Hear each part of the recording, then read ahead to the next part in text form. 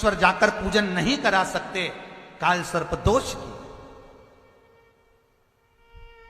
तो एक तांबे के कलश में शक्कर भर लो, उस पे चांदी के 2 नाग नागिन रख लो। रविवार के दिन सिर के पास में जिस घर में सोते हो, पलंग पर सोते हो, उस पलंग के थोड़ी सी दूर पर उस कलश को रख लो। सोमवार को स्नान करो, सुबह जल्दी उठकर दोनों नाग नागिन की पूजन करो। घर में किसी से ज्यादा बात ना करो। स्नान कर कर पूजन कर कर थोड़ा सा कटोरी में कच्चा दूध लेकर उस नाग नागिन पर चढ़ाकर पूजन कर कर सफेद फूल 2 चढ़ाकर उस कलश को ले जाओ और शंकर जी के शिवलिंग पर ऐसे अर्पण कर दो। कलश वापिस ले आओ, नाग नागिन शक्कर सब चढ़ा दो।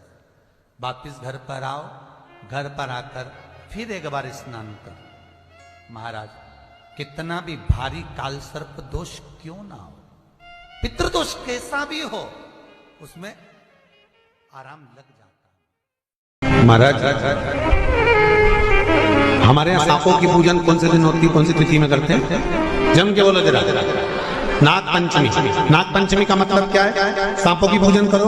नाग पंचमी का मतलब होता है शंकर जी के मंदिर में जाकर 1 लोटा जल समर्पित कर दो। उसका कारण क्या है कि हमारे परिवार में, हमारे कुटुंब में कोई 7 पीढ़ी के अंतर्गत भी अगर कोई जीव तड़प रहा होता है, पड़ा हुआ होता है, उसकी मुक्ति नहीं होती है, तो पंचमी का चढ़ा हुआ जल उस जीव को प्राप्त हो जाता है और वो जीव तर जाता है, उसका फिर जन्म नहीं होता, वो तर।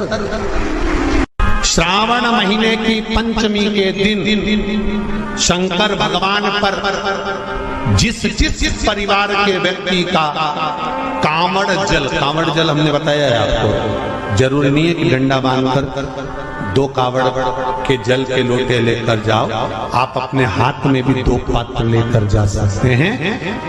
पंचमी तिथि के दिन हाथ में 2 लोटे जल के, 2 कलश जल के जब हम शंकर भगवान को चढ़ाते हैं तो ऊपर जो कमंडल होता है शिव जी के ऊपर जलधारी होती है, जिसमें जया, विषहरा, शामली, बारी, दौतली और देव, शंकर भगवान की 5 बेटियां जिसमें विराजमान होती हैं। जब हम जल समर्पित करते हैं, हमारे पीढ़ी में, परिवार में अगर कोई अधोगति में मर गया होता है, कुंवारी अवस्था में चले गया होता है, गर्भ में मर गया होता है, गर्भ के बाहर निकल कर भी अगर कुंवारी अवस्था में चले गया होता है, तो श्रावण महीने की दोनों पंचमी पर परिवार का अगर कोई एक व्यक्ति भी जल चढ़ा देता है शंकर भगवान पर, तो सर्प की योनि में नहीं पड़ता, जीव मुक्त हो जाता, प्रेत योनि में सर्प की योनि से मुक्त हो जाता। कि महाराज जैसे सर्प लोक होता ना, जहाँ पर सर्प ही सर्प रहते हैं, बहुत सारे सर्प लोक में, तो वहाँ शास्त्र कहता ना कि जैसे कोई सांप मान लो आपको दिख गया और ऐसा लग रहा है कि ये डसने वाला है या पास में आ गया या अपने घर में प्रवेश कर गया, तो नगरम नगरम नगरम नगरम नगरम नगरम इस संबोधन को बोला जाता है, तो सांप 15 मिनट के अंदर बाहर निकल के भाग जाता है। केवल नगरम शब्द को बोलने पर, केवल नगरम शब्द, नागर, अब आज भी नियम है महाराज, अगर नागर वंश का कोई ब्राह्मण है, नागर कुल का अगर कोई ब्राह्मण है और किसी को अगर सांप काट गया, नागर वंश का व्यक्ति अगर हाथ पकड़कर नगरम, नागर वंश का व्यक्ति अगर हाथ पकड़कर नगरम नगरम शब्द का संबोधन करता है, तो सांप का जहर उतर, सांप का जहर बाहर, नगरम शब्द का वो संबोधन। महाराज हमारे यहाँ सांपों की पूजन कौन से दिन होती है, कौन सी तिथि में करते हैं? जम के बोलो जरा। नाग पंचमी। नाग पंचमी का मतलब क्या है? सांपों की पूजन करो।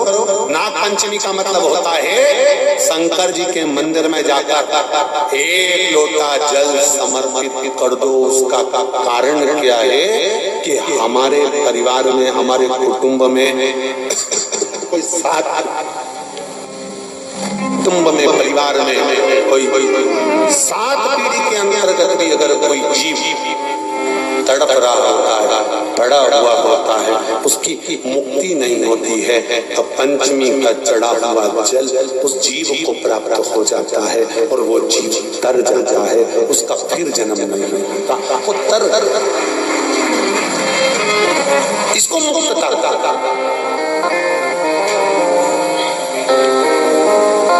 इसको मोक्ष कहता। श्रावण महीने की पंचमी के दिन